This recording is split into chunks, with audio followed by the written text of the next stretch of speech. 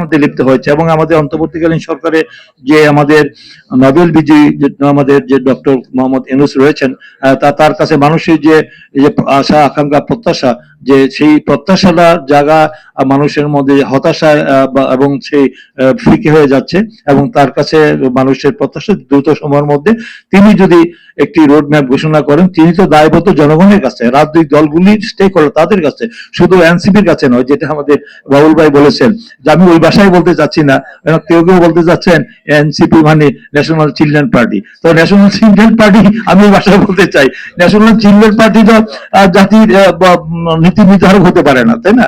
তাই আজকে জনগণ কি চায়, জনগণ কি চায় সেটা বুঝতে হবে, রাজনৈতিক দলগুলি কি চায় এতক্ষণ বুঝতে পেরেছেন। আমি মনে করি যে এই সংকট উত্তরণের জন্য রাজনৈতিক দলগুলির সাথে আলোচনার প্রেক্ষিতেই তারা শুধু টালবাহারা না করে, মানে সময় ক্ষেপণ না করে, প্রলম্বিত না করে, দেশে সংকট আরো ঘনীভূত না করে দ্রুত সময়ের মধ্যে একটি রোড ম্যাপ দিন তারিখ ঘোষণা দিলেই আমি মনে হয় সমস্ত পরিস্থিতি পরিবেশ একটি স্বাভাবিক পর্যায়ে চলে আসবে।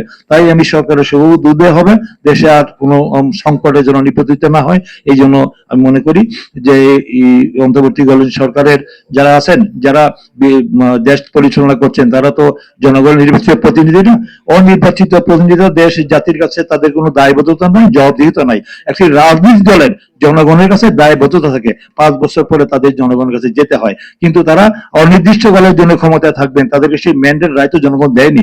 একটি নৈতিক ভিত্তির উপর জনগণের পূর্ণ সমর্থন নিয়ে আসছেন, কিন্তু দিন দিন তারা এই বিষয়টি তারা উপেক্ষা করে, তারা মনে হচ্ছে যে তারা এই অনন্তকাল তারা ক্ষমতায় থাকবেন। যদি আমি এই কথাটি এক বলে শেষ করতে চাই, যদি আমাদের 91-এর সরকার আমরা দেখেছি যে বিচারপতি শাহাবুদ্দিনের সরকারের যে 3 মাসের মধ্যে বিশ্বের সবথেকে একটি সুন্দর, অবাধ, সুষ্ঠু, গ্রহণযোগ্য, ইনক্লুসিভ, ক্রেডিবল নির্বাচন করতে পারেন। 96-এ আমরা দেখেছি যে আমাদের হাবিবুর রহমান সরকার যদি 3 মাসের মধ্যে একটি অবাধ, সুষ্ঠু নির্বাচন করতে পারেন, এবং 2001 সালে যদি লতিফুর সরকারের অধীনে নির্বাচন অবাধ, সুষ্ঠু, গ্রহণযোগ্য হতে পারে 3 মাসের মধ্যে, এই 9 মাস পেরিয়ে গেল। তারপরে আন্তর্জাতিক খ্যাতি সম্পন্ন নোবেল বিজয়ী যে ব্যক্তিগুলো পৃথিবীর লোক তাকিয়ে আছে বাংলাদেশের দিকে, তাকে তার খ্যাতি সারা পৃথিবী ব্যাপী আমাদের ডক্টর মোহাম্মদ ইউনূসের সুনাম খ্যাতি রয়েছে। তো তার মতো ব্যক্তি কেন 9 মাস পরেও তিনি কেন গড়িমসি করছেন? উনি কি শুধু একটি দলের কাছে দায়বদ্ধ না জনগণের কাছে দায়বদ্ধ? এই বিষয়টা আজকে জনগণ জানতে চায়। তিনি কি মানে জনগণের প্রতিনিধি হিসেবে থাকতে চান, নাকি একটি দলের প্রতিনিধি হিসেবে থাকতে চান? যদি থাকতে চান তাহলে জনগণ তো একটা সময় বাধ্য হবে রাস্তায় নামতে।